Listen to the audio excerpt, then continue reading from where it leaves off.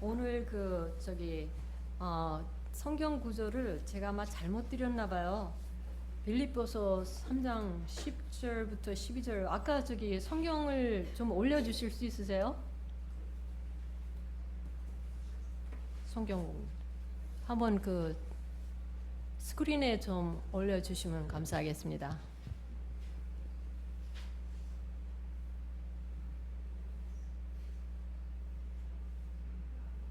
전체 성경은 안 올렸나 봐요. 제가 그러면 성경을 제가 준비한 거를 다시 한번 읽겠습니다.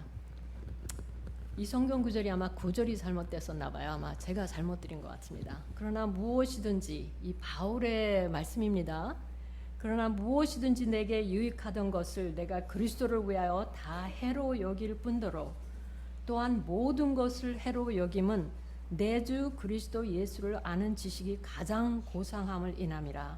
내가 그를 위하여 모든 것을 잃어버리고 배설물로 여김은 그리스도를 얻고 그 안에서 발견되려 하매니 내가 가진 의는 율법에서 난 것이 아니요 오직 그리스도를 믿음으로 말미암은 것이니 곧 믿음으로 하나님께로서 난 의라.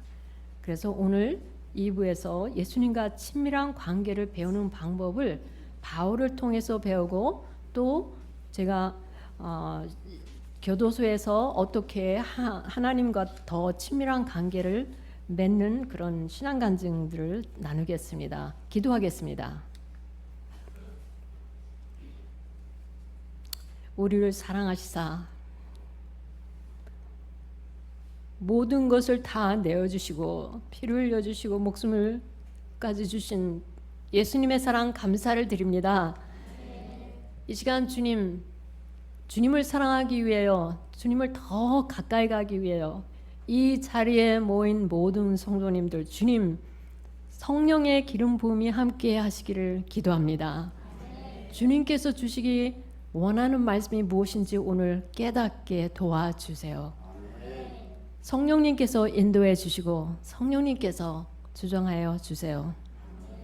예수님 이름으로 감사하며 기도드렸습니다. 아멘. 먼저 제가 영상을 보여드리면 좋겠습니다. 하나님께서 어떻게 우리를 치유하시는가, 그래서 하나님께 어떻게 우리에게 친밀하게 갈 수 있는가.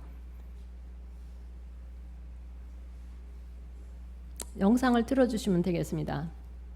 네. 아니, 그 영상이 아니고 두 번째 영상. 이게 아니에요?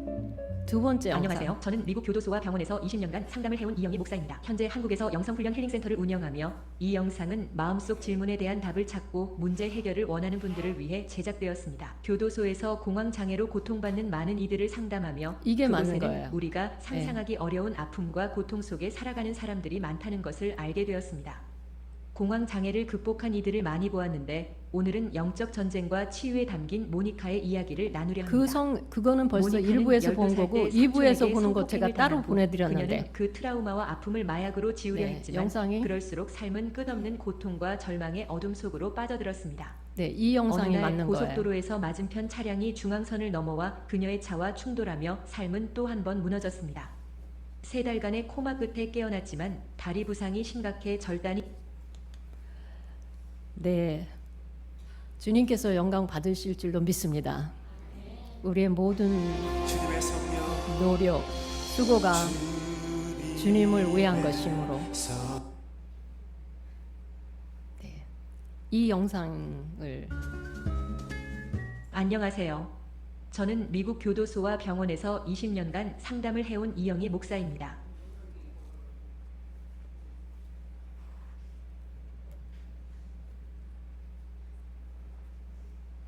오늘은 마이클의 이야기를 나누고자 합니다.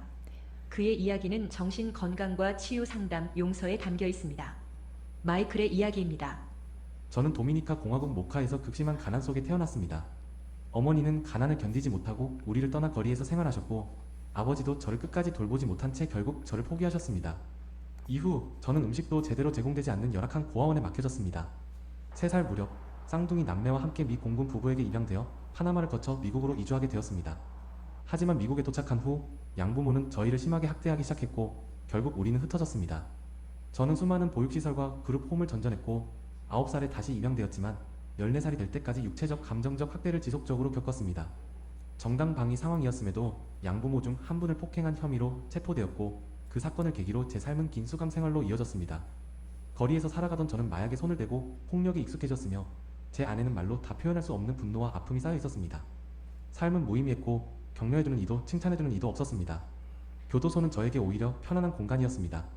저처럼 상처 입은 사람들이 있었고 그들과 나누는 대화 속에서 위로를 받았습니다. 14살 때 소년원에서 몇 달을 보낸 후 복지국 직원들은 저를 문제 있던 그 가정으로 돌려보내려 했지만 저는 차라리 교도소에 남겠다고 말했습니다. 그렇게 10대 대부분을 교도소에서 보냈고 고등학교도 졸업하지 못했습니다. 19살 무렵 저는 마약을 거래하며 거리에서 총기를 들고 다녔습니다. 칼에 찔리기도 하고 총격전에 휘말리기도 했지만 지금 돌아보면 그 모든 순간에도 하나님은 저를 지켜주고 계셨습니다. 제가 죄악 가운데 있을 때조차도 하나님은 저를 포기하지 않으셨고 저를 위한 더 나은 계획을 갖고 계셨습니다. 제 인생 여정 속에서 하나님은 항상 함께 하셨고 때마다 중보 기도자들을 보내주셨습니다. 감방에 누워있던 어느 날 하나님은 제게 이렇게 말씀하셨습니다. 내가 결코 너희를 버리지 아니하고 너희를 떠나지 아니하리라. 히브리서 13장 5절 말씀이었습니다. 하지만 저는 여전히 마음을 온전히 들이지 못했고 또다시 마약 사건으로 체포되었습니다. 재판을 택했지만 예상치 못하게 10년형이 선고되었습니다. 절망 속에 빠졌던 그 시간 하나님은 다시 찾아오셨고 저를 만지시며 변화시키셨습니다. 제가 저주라고 느꼈던 모든 상황들을 하나님은 축복으로 바꾸셨습니다. 결국 하나님은 제가 10년 중 단 1년만 복역하도록 인도하셨고 그 안에서 저는 하나님의 은혜를 경험하게 되었습니다. 저의 모든 아픔과 상처, 고난을 하나님께 맡기며 버려진 삶 속에서 절망을 극복하게 한 것은 하나님의 무조건적인 사랑과 용서의 은혜였습니다. 그 사랑은 나의 상처를 감싸 안았고 용서는 나를 묶고 있던 분노와 외로움에서 벗어나게 했습니다.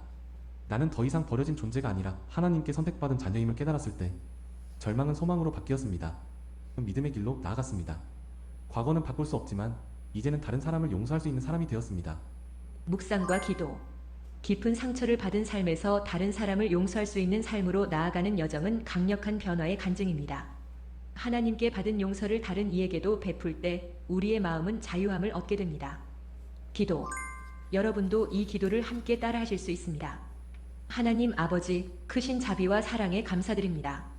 저의 죄를 고백하오니 용서해 주세요. 제 마음을 깨끗하게 하시고 평안을 주세요. 이제 주님의 사랑 안에서 걷게 하시고 그 은혜를 다른 사람들에게도 나누게 해주세요. 저는 저 자신을 용서하고 저를 아프게 한 사람들도 용서합니다. 예수님의 이름으로 기도드립니다. 아멘. 무료 네. 도서 다운로드 안내입니다. 거기까지만 해도 될 것 같습니다. 감사합니다. 성령님께서는 우리가 생각하지 못한 방법으로 어떤 때 우리에게 찾아오십니다. 근데 그 아픔과 상처, 이 스토리에서도 보셨듯이 그렇게 어려운 상황에서도 주님께서는 용서를 하게 하시고 하나님께서 함께 하신다는 것을 알게 해주심으로써 사랑을 가르쳐 주셨습니다. 제가 이분을 만났었을 때 그 얼굴에 그 하나님의 사랑이 가득한 사람이었어요. 그 어려운 속에서도 주님께서 사랑을 부어주셨던 거죠. 그래서 여러분들 여기에서 사실은 제가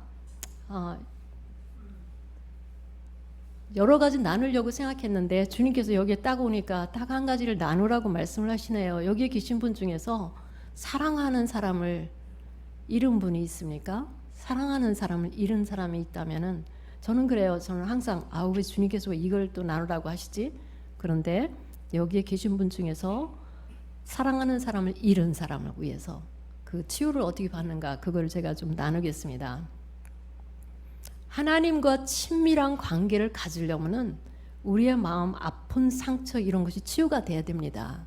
왜냐하면 그 아픔에 우리는 계속 머물러 있을 수가 있다는 거죠. 그래서 저는 사실은 여기 계신 분들은 더 많은 어려움을 겪으셨겠지만 저는 뭐 굉장히 많은 그 고통을 겪지는 않았다고 저는 생각합니다. 그러나 저의 여동생이 18살 때 자전거를 가다가 교통사고로 죽었고 저희 아버지는 알코올 중독자라서 엄마를 때리는 그런 굉장히 어려운 과정에서 제가 자랐는데 아버님께서 자살을 하셨습니다. 그리고 저희 남편은 2008년도에 목사였는데 교통사고로 갑자기 갔습니다. 근데 그 죽음을 제가 다 겪으면서 가장 저에게 어려웠던 것이 저의 남편을 보내는 거였습니다.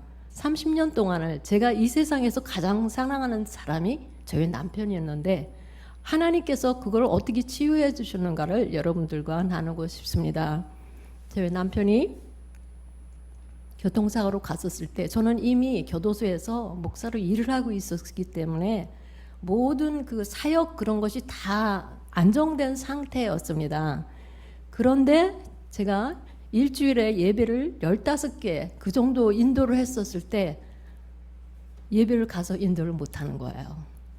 3주를 못했습니다. 완전히 이 너무나 상처가 충격이 너무나 컸기 때문에 제가 가서 예배를 인도를 하지 못했습니다. 눈물을 흘리고 예배를 가서 인도를 하려고 했는데 도저히 못해서 제가 인턴에게 인도하라고 하고 나왔습니다. 그곳을. 그랬었을 때 그게 3주가 지났었을 때 주님께서 보시기에 정말 얘가 치유가 필요하다 아신 거죠. 그래서 주님께서 저에게 환상을 주셨습니다. 저희 남편이 공중에서 춤을 추는 환상을 보여주셨습니다. 그때 그 얼굴, 그 환한, 그 기쁜, 행복한 얼굴을 보고 저는 이렇게 생각했습니다. 아니, 남편이 천국에서 이렇게 기쁘게 예수님 앞에서 춤추고 있는데 나는 여기서 뭐 하는 거지? 슬퍼할 이유가 없지. 그래서 그 다음 날부터 제가 가서 예배를 인도할 수가 있었습니다. 그게 하나님의 치유죠. 그런데 그것도 역시 50%밖에 치유가 안 됐었습니다. 왜냐하면은 제가 남편을 붙잡고 있었던 거죠. 내 마음에 붙잡고 있었던 거. 그러니까 여기에 계신 분들도 다 다른 사람들한테는 매일 웃는 얼굴을 하려고 하는데 슬픈 얼굴을 하긴 하는데 집에 가서 내가 사랑한 사람을 잃은 사람을 생각만 하면 눈물이 막 쏟아지고 그 생각만 하면 그런 상태라면 여러분들 치유가 필요합니다. 그래서 모든 사람들이 다 환상을 보는 것도 아니고 모든 사람이 꿈으로 주님께서 말씀해 주시는 건 아니지만은 주님께서 하신 말씀은 정확합니다. 첫날 저희 남편이 갔었을 때 저희 남편이 너의 남편은 하나님께서 주신 삶을 다 살고 갔다는 거예요. 그래서 그거를 첫날부터 주님께서 받아들이게 하셨음에도 불구하고 저는 굉장히 남편이 간 거에 대해서 힘들어했죠. 근데 예배를 인도하면서도 매일 남편 생각하면 눈물을 줄줄 나오는 거예요. 그게 완전한 치유가 안 됐기 때문에 사역은 할 수 있었지만 완전한 치유가 안 됐었을 때 그래서 주님께서 하신 말씀이 있습니다. 너의 남편을 나에게 달라. 그럼 내가 너를 치유할 수 있겠다. 근데 아주 그게 그렇게 힘을 들었습니다. 그래서 제가 이제 집을 사택에서 살고 있었기 때문에 너무너무 힘들었어요. 사택에서 남편이 가니까 이게 남편의 목사의 사택이었기 때문에 제가 거기를 이사를 나와야 됩니다. 그게 정말 힘들었어요. 다 정리를 하고 나오는데 이제 저의 집에 들어갔는데 주님께서 그렇게 말씀하시더라고요. 야, 네가 들어가는 그 집에 네 남편 데리고 들어가지 말라. 그렇게 말씀을 하셨어요. 그래서 제가 하루를 못 들어갔습니다. 주님께서 원하시는 건 완전히 주님께 저희 남편을 드리는 거였습니다. 주님께서 알려주신 것은 내가 하나님을 사랑하고 하나님과 친밀한 관계를 갖는데 남편이 중간에서 벽이 됐던 거예요. 주님께서는 그거를 벽을 헐어버리라는 거죠. 남편을 하나님께 달라는 거죠. 그래서 제가 주님께 주님 내가 남편을 드리겠습니다. 그리고 나에게 아픈 이 모든 것도 다 치유해 주시고 주님께서 이제 나와 함께 동행하신게 도와달라고 그렇게 기도를 하고 들어갔는데요. 주님께서 이렇게 완전한 치유를 해주셨습니다. 근데 완전한 치유가 어떻게까지 완전했냐면 남편 그리운 것까지 없어지는 거예요. 그래서 다른 사람들한테 그렇게 얘기를 하니까 다른 사람들이 당신 남편 안 좋아한 거 아니야? 그렇게 얘기를 하더라고요. 근데 그게 아니고 하나님께서 완전한 치유를 해주시니까 이거는 정말 내가 그런 남편을 잃은 그 아픔을 그걸 정말로 겪었던 사람일까 할 정도로 그렇게 저는 완전히 정상으로 돌아갔습니다. 그런데 주님께서 또 하신 말씀이 있습니다. 너의 남편에게 굿바이 레터 편지를 쓰래요. 그래서 저는 난 이미 다 치유가 됐는데 왜 쓰라고 하시지? 그래서 또 그 굿바이 레터를 썼습니다. 근데 저는 이미 치유가 다 됐잖아요. 하나도 문제가 없었습니다. 그랬는데 이제 어느 정도 시간이 지나서 제가 이제 주님하고 얘기를 합니다. 주님, 제가 남편을 잃었었을 때, 그러니까 주님께서 딱 그걸 끊으십니다. 네가 뭐를 잃었냐? 네 남편이 내 거였냐? 그렇게 말씀하시는데 그 다음부터는 남편 잃었다 소리는 하지 않습니다. 제가 여기 계신 분들 아직까지도 부모님 잃어서 아픈 사람 잃어서 상처받으신 분들이 있으시면은 주님께 그 기도를 하십시오. 주님, 내가 드립니다. 제가 예를 들어서 제가 아는 권사님이 있습니다. 미국에. 근데 그분이 정말 남편하고 좋은 사이였고 60년을 결혼 생활을 했는데 남편이 돌아가셨어요. 다 믿는 분들입니다. 그런데 그분이 이 모통에다가 이 상을 차려놓고 꽃을 놓고 남편과 거기서 얘기를 한다는 거예요. 그러니까 그 아들이 굉장히 이거 뭐야? 이거 우상 숭배 아니야? 엄마 그렇게 하면 안 돼. 근데 그분이 하시는 얘기는 내가 남편하고 천국에 있는 남편하고 얘기하는데 그게 뭐가 잘못이냐? 응? 남편 기억하는 게 뭐가 잘못이냐? 그래서 이 아들하고 문제가 있으니까 이분이 저한테 전화를 한 거예요. 이걸 어떻게 해결할까? 그래서 제가 이렇게 물어봤죠. 그렇게 차려놓고 그 남편을 기억하는 것이 하나님을 우리가 마음으로 정성으로 뜻을 다하여 힘으로 다하여 사랑하는데 방해가 됩니까? 안 됩니까? 여쭤봤죠. 그랬더니 그분이 딱 대답을 받은 거예요. 그날로 다 치워버리고 예수님만 사랑하는 걸로 포커스를 하기로 했습니다. 여러분, 하나님께 가까이 가는 사랑하고 친밀한 관계를 갖는다는 것은 우리가 어떠한 대가를 치러야 돼요. 그것이 꼭 하나님에게 먼저 보낸 사람뿐만이 아니라 이 세상에서도 똑같습니다. 너희는 세상을 사랑하지 말라. 이 사랑하는 것이 남편이 될 수도 있고 간 사람이 될 수도 있고 지금 현재 멀리 있는 저의 그 가족이 될 수도 있어요. 제가 지난번에 미국을 방문했었을 때 우리 아들이 그러더라고요. 난 엄마가 내 애들하고 좀 시간을 더 보내면 좋겠어. 근데 제가 딱 한 말이 있었죠. 야, 모든 사람이 자기네들 손자 손녀하고만 시간을 보내면 어떤 사람이 하나님 일 하냐? 저는 하나님이 부르신 그 일하는 것이 더 중요한 거예요. 그 손자 손녀들을 봐서 아들을 기쁘게 하는 것이 아니고 먼저 하나님을 더 기쁘시게 해드려야 되기 때문에. 그래서 여기 계신 분들 어떤 것이 우상에 내게 우상이 있다면은 그 모든 것을 내려놔야 됩니다. 제가 한참 동안 돈이 우상이 된 때가 있었어요. 주님께서 부르셨을 때. 그래서 나가가지고 집을 10개도 넘게 사가지고 완전히 폭삭망해가지고 빚두덩이에 얹어가지고 제가 얼마나 오랜 동안 고생을 하고 눈물을 흘리고 주님 도와주세요 한 때가 있었습니다. 여러분들, 하나님과 가까이 가는 거는 우리가 모든 이 우상, 성경 말씀이 나오잖아요. 이 세상이나 세상에 있는 것들 사랑치 말라.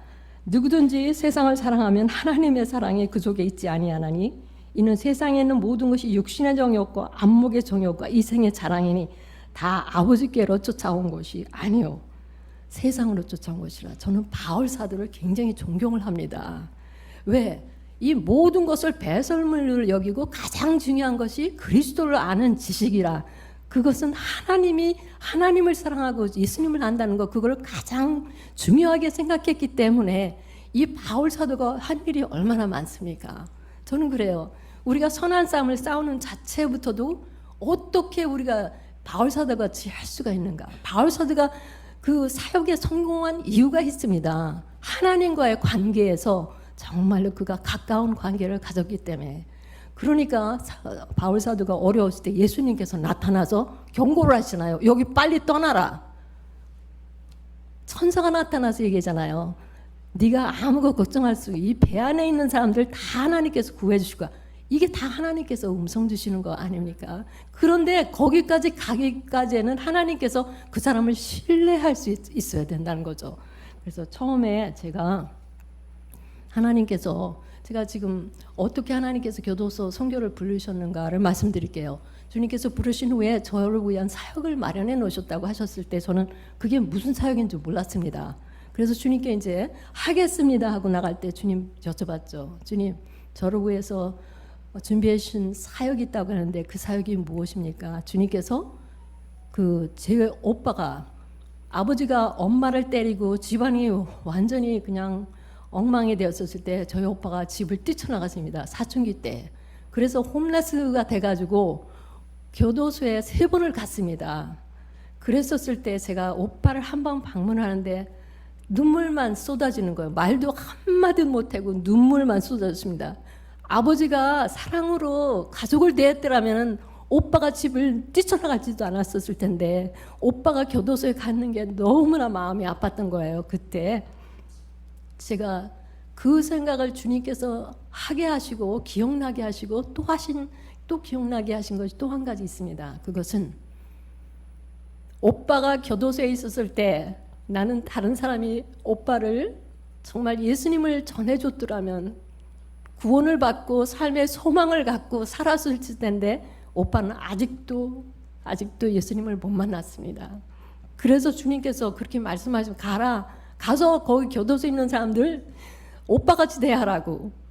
그래서 그들에게 복음을 전하라. 그렇게 해서 부르셨습니다. 근데 이제 제가 이렇게 여기 계신 분들에게 그 주님의 친밀하게 같이 동의하는 방법은 하나님의 말씀과 하나님과 기도하며 하나님과 교제하는 것을 계속 해야 된다는 거. 이 예배 와가지고는 우리가 성장 그것만 갖고는 안 됩니다. 그거는 완전히 기본적인 거고 더 매일 성경을 읽고 기도하고 주님께서 하라고 한 거, 여기 계신 분들 주님께서 하라고 한 게 있는 거를 아시는 분이 있을 거예요. 근데 우리는 그걸 순종을 안 한단 말이에요. 제가 그랬기 때문에 오랫동안 하나님께서 부르셨는데 제가 일 안 하려고 빠등빠등거리고 요나같이 도망가다가 집도 10채도 넘게 사가지고 빗구덩이에 완전히 앉은 사람이 저였잖아요. 그러니까 여기 계신 분들도 주님께서 나는 너와 친밀한 관계를 갖고 원한다. 사랑의 관계를 갖기 원한다. 그럴 때 주님 마음의 문을 열고 주님께 주님 저는 여기 있습니다. 주님께서 원하시는 대로 사용해 주세요. 그런데 제가 처음에 그 교도소에 가기 전에 주님께서 하신 말씀이 있습니다. 나는 이런 사람을 찾고 있다 말씀하셨습니다. 나는 신뢰할 수 있는 사람을 찾고 있대요. 신뢰할 수 있는 사람, 그래서 성령님의 역사로 많은 사람들을 변화시킬 수 있는 그런 사람을 찾고 있대요. 그래서 하나님과의 그 친밀한 관계는 저는 주님의 원하시는 걸 할 때 주님과 동행하면서 더 가까워집니다. 제가 하나님께 보여주면 믿겠습니다. 믿음에서 떨어져서 그런 말도 한 때가 있었습니다. 그런데 제가 주님 하겠습니다 하고 나가니까 정말 주님께서 저에게 예수님에 대한 환상을 보여주셨어요. 그거는 저의 뜻이 아니죠. 보여달라 할 때는 안 보여주시고 제가 생각하지 않을 때 보여주시는 거, 그런 거는 주님의 뜻이죠. 그래서 여러분들 체험을 찾지 말고 주님께 가까이 가시고 회개를 많이 하십시오. 그 왜 회개를 많이 하라 얘기를 하냐면은 우리는 우리 자신들도 못 봐요. 그래서 저는 항상 사람들에게 다니엘서 9장을 읽으라고 그래요. 그래서 하루에 한 번 아니면 5번씩 해서 한 30일 동안을 읽어보시면서 주님께 회개의 시간을 가지십시오. 우리가 하나님과 가까이 가는 방법은 성경 말씀이에요. 성경 말씀을 읽다 저는 예수님을 만났고 성경 말씀을 통해서 얼마나 지금 은혜를 받는지 몰라요. 바울 사도에 대해서도 그러니까 바울 사도가 예수님을 그냥 금방 섬겼잖아요. 복음을 전파했잖아요. 그래서 여러분들 예수님 정말 그 복음을 전파하는 것이 예수님의 마음을 순종하는 거거든요. 그런데 그걸로만 끝나지 마시고 매일 성경 읽으면서 예수님과 가까이 가시는 분들이 되시길 주님의 이름으로 기원합니다. 잠깐 동안 영성훈련이 아니고 마지막으로 제가 PPT를 마련했는데 사실은 그 끝에 2개만 보여주시면 좋겠어요. 시간이 없으니까. 2개 딱 보여드리는 것이 무엇이냐면 첫째는 예수님 영접하는 기도고 그 2번째는 정말로 예수님께서 우리의 삶에 무엇을 하실 수 있는가. 그 누가복음 4장 18절과 19절은 제가 아주 가장 좋아하는 성경 구절입니다. 그래서 여러분들 여기에 계신 분들 중에서 한 분이라도 아직도 맨날 교회만 참석해 마당만 밟는 분들이 있다면 이 시간에 주님 나에게 오셔서 나의 삶을 변화시켜 주세요. 근데 내가 변화돼야 됩니다. 성경을 읽고 주님 매일 가까이 가는 걸 배우면은 주님을 만날 수밖에 없어요. 그래서 같이 다 읽겠습니다. 기도. 예수님, 저의 삶의 주님을 구주로 영접합니다. 저는 죄인입니다. 저의 죄를 용서해 주세요. 이제 주님을 의지하며 저의 삶을 주님께 드립니다. 저의 아픔을 치유해 주시고 평안을 주세요. 항상 예수님을 가장 사랑하며 섬길 수 있도록 은혜를 베풀어 주세요. 성령님 도와주세요. 예수님의 이름으로 기도합니다.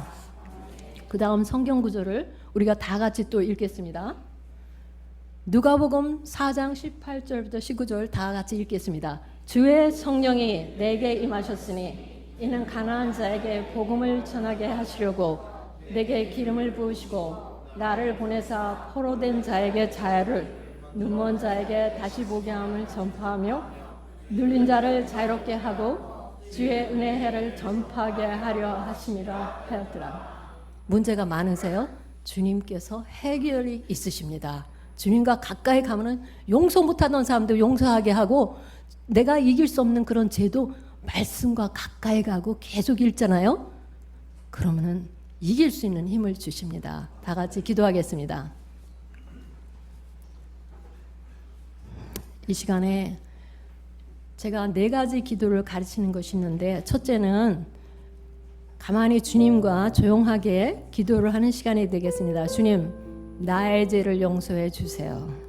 성령님, 내가 아직 회개하지 않은 죄가 있으면 회개하도록 도와주세요. 그 기도를 하는 시간이 되겠습니다.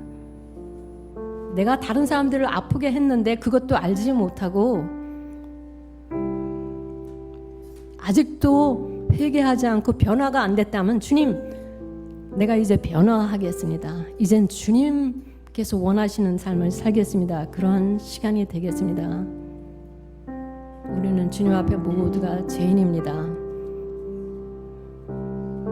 근데 용서받은 죄인이 되기를 바랍니다.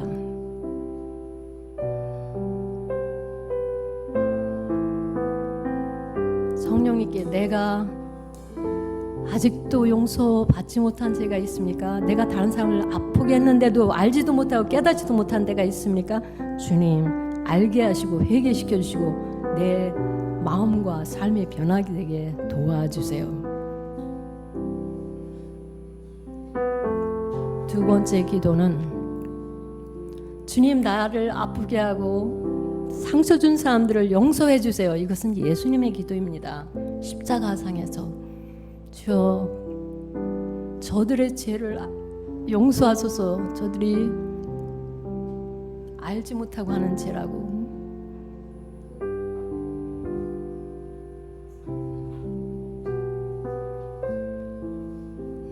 그래서 용서를 하는 것은 절대적으로 우리에게 치유의 과정에서 필요합니다. 하나님을 사랑하고 가까이 가려면 먼저 용서를 하고, 주님, 나도 용서해 주시고, 주님 그 상처 준 사람들도 용서해 주세요. 그 다음에 세 번째 기도가 내가 나 자신도 용서하고 다른 사람 용서합니다. 주님, 여기서 죄책감에서 계속 시달리는 그런 분들이 있으면 주님 이 시간에 치유해 주시옵소서. 이제 똑같은 죄를 다시 안 짓는 건 진정한 회개입니다. 주님 용서해 주시옵소서. 그리고 네 번째 기도는 주님, 내가 많은 고통의 문이 열려 있는데 그 문들을 닫아 주세요. 내 힘으로 할 수가 없네요.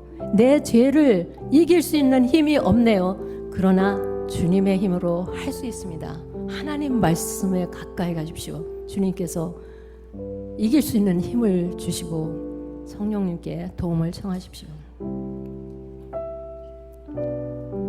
주님, 우리는 너무나 연약합니다. 쉽게 상처받고 용서하기도 힘들고, 또한 사랑하는 사람들, 먼저 간 사람들도 붙잡고 있으려고 하고, 우리 너무나 연약합니다. 주님께서 우리를 붙들어 주시고 용서해 주시고 주님 안에서 치유받을 수 있도록 도와주세요. 성령님 도와주세요. 도저히 내 힘으로는 할 수가 없네요. 주님과 나와의 사이에 어떤 벽이 있습니까? 주님보다 더 사랑하는 게 있으면 주님 이 시간에 내려놓게 도와주세요. 주님을 사랑하는 사랑이 계속 자라기를 원합니다. 성령님 도와주세요. 모든 것 주님께 감사드리며 예수님의 이름으로 기도드렸습니다. 아멘.